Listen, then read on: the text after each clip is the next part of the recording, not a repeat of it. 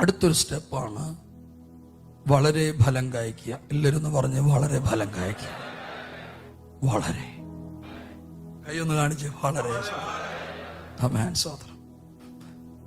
വളരെ ഫലം കായ്ക്കാൻ വേണ്ടി പറഞ്ഞിരിക്കുന്ന ഒരു കാര്യമാണ് സ്തോത്രം. ഞാൻ മുന്തിരിവള്ളിയും നിങ്ങൾ കൊമ്പുകളും ആകുന്നു.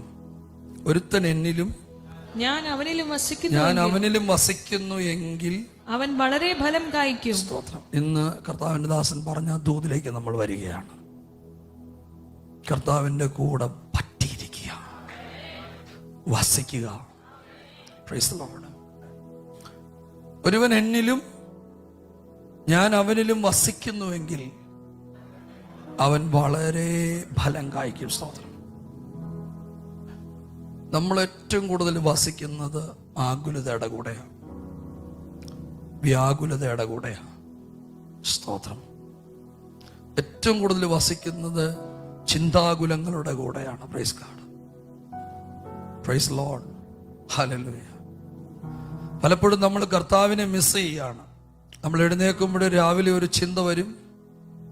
ആ ചിന്തനെ കെട്ടിപ്പിടിച്ച് ആ ദിവസം മുഴുവൻ നമ്മൾ ജീവിക്കുകയാണ്. സ്തോത്രം. Praise Lord. ഇന്ന് ഞാൻ ആത്മാവിൽ പറയുന്നു, അതിനെ ശാസിക്കുക. എത്ര പേര് ഏറ്റെടുക്കുന്നുണ്ട്? Praise God.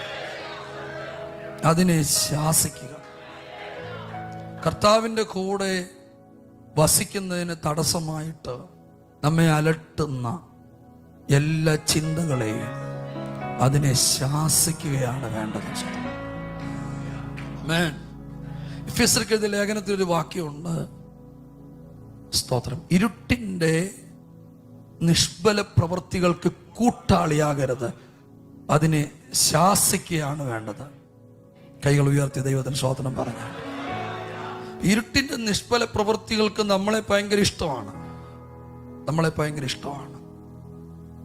നമ്മുടെ കൂടെ കൂടാൻ, നമ്മുടെ കൂടെ വസിക്കാൻ ഇതിന് ഭയങ്കര ഇഷ്ടമാണ്.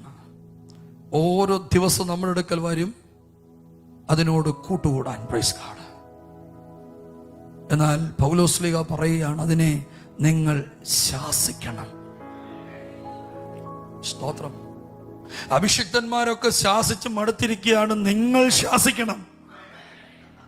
കൈകൾ ഉയർത്തി ദൈവത്തിന് സ്തോത്രം പറഞ്ഞാണ്.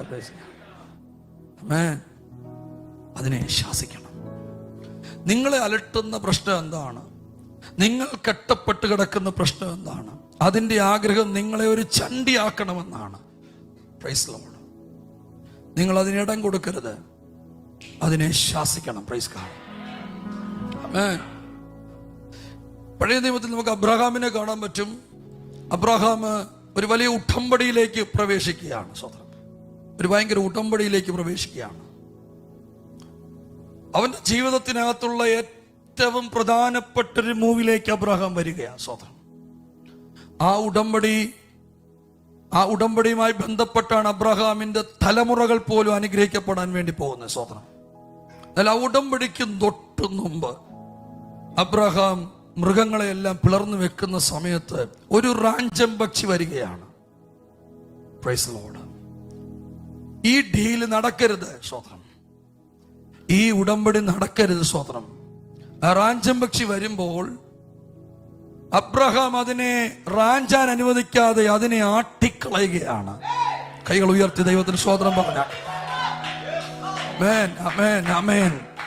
നിന്റെ ലൈഫിനകത്ത് വലിയ ഉടമ്പടികൾക്ക് മുമ്പിൽ വെളിപ്പെടുന്ന ചില റാഞ്ചൻ പക്ഷികളുണ്ട്. ഇന്ന് അതിനെ ആട്ടിക്കളയുവാൻ ദൈവത്തിന്റെ ആത്മാവ് പറയുകയാണ്. എത്ര പേർ ദൈവത്തിന് സ്തോത്രം ചെയ്യാൻ പറ്റും? Hallelujah, hallelujah, hallelujah. അതിനെ ശാസിക്കുക. Come on. Come on. Karabala. Karabala badana. Karabala bala badu. Karabala bauda badu nagadaga. ആട്ട്. നിന്നെ അലട്ടുന്ന ചില രോഗങ്ങളെ നീ ശാസിക്ക്. സാമ്പത്തിക പ്രതിസന്ധികളെ നീ ശാസിക്ക്.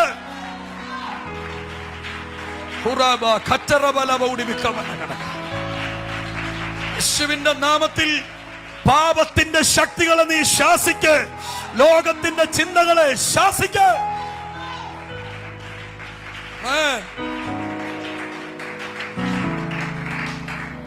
അവനതിനെ ആട്ടി അടുത്ത സെക്കൻഡിൽ ഉടമ്പടി നടന്നു. സ്വത്രം.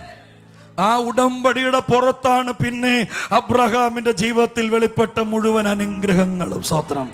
അബ്രഹാമിന്റെ തലമുറകളായ സന്തതികളായ ഇസ്രായേൽ മക്കൾ ചെങ്കടലിന്റെ മുമ്പിൽ നിന്നപ്പോൾ മോശയുടെ വടിയല്ല ദൈവമോർത്തത്, അതൊരു കാരണമാണ്. എന്നാൽ അബ്രഹാമിനോട് ചെയ്ത നിയമത്തെ ദൈവമോർക്കുന്നു. കൈകൾ അടിച്ച് ദൈവത്തെ സ്തുതിച്ചാണ്. ഇന്ന് ചില നിയമങ്ങൾ നടക്കണം, ഇന്ന് ചില ഡീലുകൾ നടക്കണം.